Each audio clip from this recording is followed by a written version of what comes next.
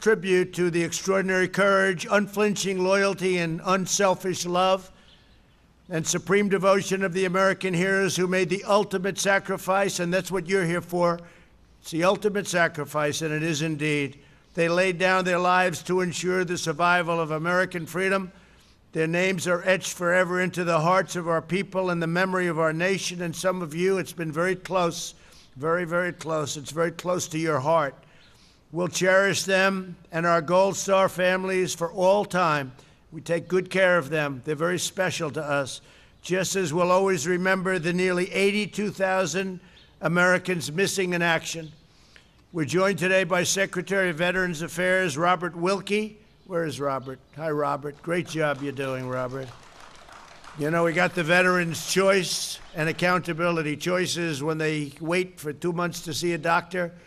Before they have to wait like a few hours, they go outside, they get themselves a good doctor, we pay the bill, and they get taken care of. So, you know, the stories were legendary. You don't hear bad things about the VA anymore.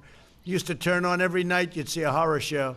So I want to thank you. You've done a fantastic job, Robert. What a great job. Accountability also.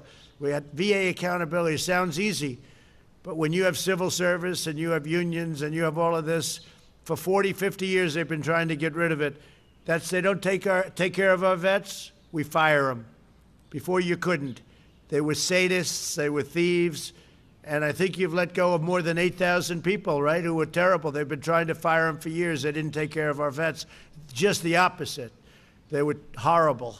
Now they're gone. We got them out, so that's a big thing. So it's Robert Wilkie. Thank you very much. National Commander of MVets, Jan Brown. Where's Jan? Jan, thank you very much. Good job. Good job you've done here.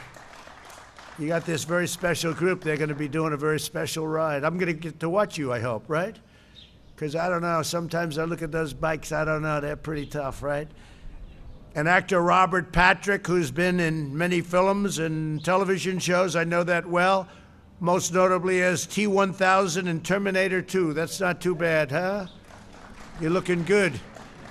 You're looking good, Robert.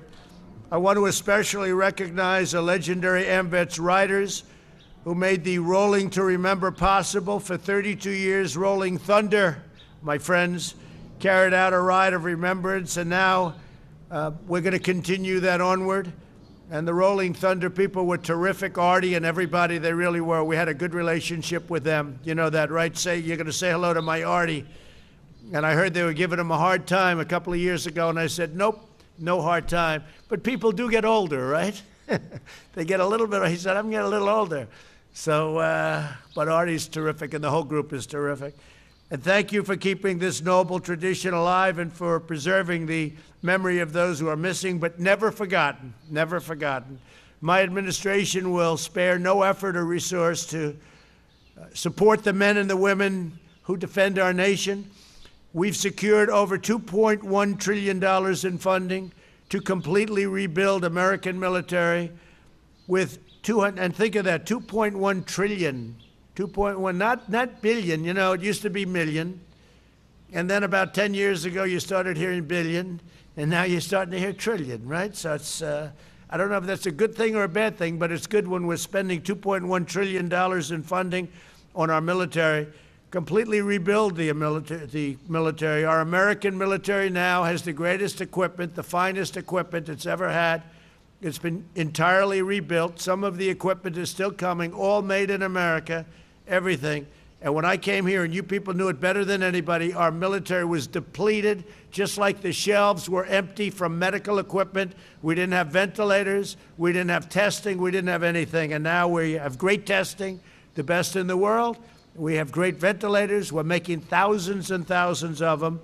And we're actually now so loaded with ventilators that we're helping other countries, and therefore saving lives also.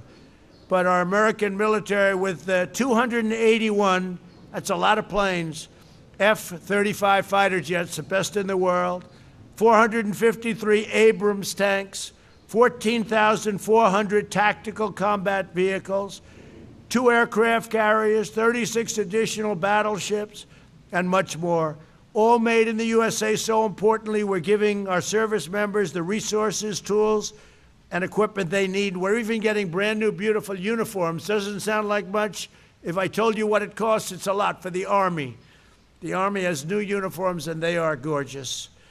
We passed the largest reform of the Department of Veterans Affairs I think in the history of the department, including VA accountability, and I said VA choice. We've removed 8,500 VA workers who weren't doing their job, who were taking advantage of our country and hurting our vets.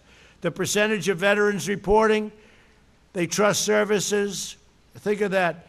They trust services, so they report, and they say they trust services, has reached the highest in the history of the VA, Secretary. That's a big statement. So the percentage of veterans reporting that they trust the VA and the VA services is now the highest in the history of the service. Satisfaction with the VA outpatient care has reached 89%, and we're not going to rest until we have it at 100%, Robert.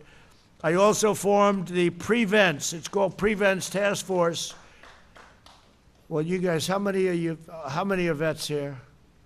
Big difference between now and the way it used to be, right? Big difference. I also formed the Prevents. I got to be careful when I ask that question. Sometimes somebody could say, oh, we used to like it better. That would not be good, right? You know that would go in the fake news immediately, right? That's all they'd cover, so I have to be very careful, but thank you. I also formed the Prevents Task Force to fight the tragedy of veteran suicide, which is an unbelievable tragedy. We actually have medications that we're working on. They have one from Johnson & Johnson, which is a inhaler, and it's been very effective. We've ordered, I think, thousands of units of that, thousands and thousands, and we're using it. When the invisible enemy struck our country, my administration quickly secured VA medical facilities. We're keeping the sacred covenant. We're protecting those who sacrificed so much to protect us. I was very early. In fact, out of many, many people, I was the only one that wanted to do it. I guess I was the only one that mattered, but I kept China out of the United States. I put a ban on China in January. And I took a lot of heat. Joe Biden said, oh, he's xenophobic. Oh, that's right. Yeah. But a month later, he said I was right. As you know, Dr. Fauci, a good guy, said, you don't need to do that. And then later on, when he saw that I did it, and when we kept thousands, tens of thousands of people out, he said Donald Trump saved thousands of lives, tens of thousands of lives. And we did. So we did it very early, and that was a very important, the ban on Chinese people from China coming in, because I was seeing how badly infected the one area, Wuhan, was. So I put a ban on, and everybody thought Nancy Pelosi, a month later, was in Chinatown in San Francisco. She's dancing in the streets of Chinatown, trying to say it's okay to come to the United States. It's fine. It's wonderful. Come on in. Bring your infection with you. And then she said, he should have done it earlier, about me. And she's dancing a month later. These people are sick. Anyway.